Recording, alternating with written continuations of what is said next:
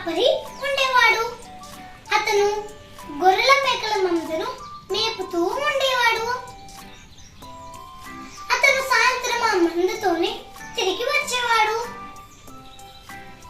అతను ఒకరోజు గ్రామస్తులను ఆట పట్టించాలని అనుకున్నాడు.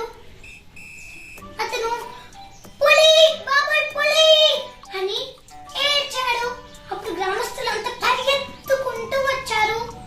వారు చేరాక అక్కడ ఎలాంటి పులి కనిపించలేదు. ఇలా చాలా సార్లు గొర్రెల కాపరి వాడు గ్రామస్తుల్ని ఆట పట్టించాడు.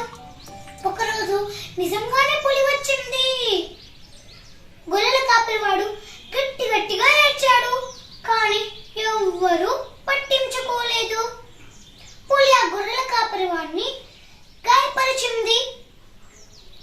అది చాలా గొర్రెలను చంపి తినేసింది. అతను ఒక గుణపాఠాన్ని నేర్చుకున్నాడు. అతను ఎప్పుడు మళ్ళీ అలాంటి ఆట పట్టించే పనులు చేయలేదు. సో నీతి ఏమిటంటే ఎప్పుడు అబద్ధాలు చెప్పకూడదు. Now in English, story name is a shepherd boy and tiger. And once there lived a shepherd boy. He used to graze a flock of sheep and goats. He returned in the evening with the flock, and one day he thought of making fun of the villagers. He cried, "Tiger! Tiger!" And the villagers came running. On reaching, they found no tiger there.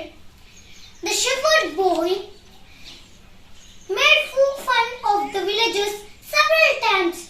One day, a tiger really came. The shepherd boy cried louder and louder, but no one cared for him. And the tiger wounded the boy.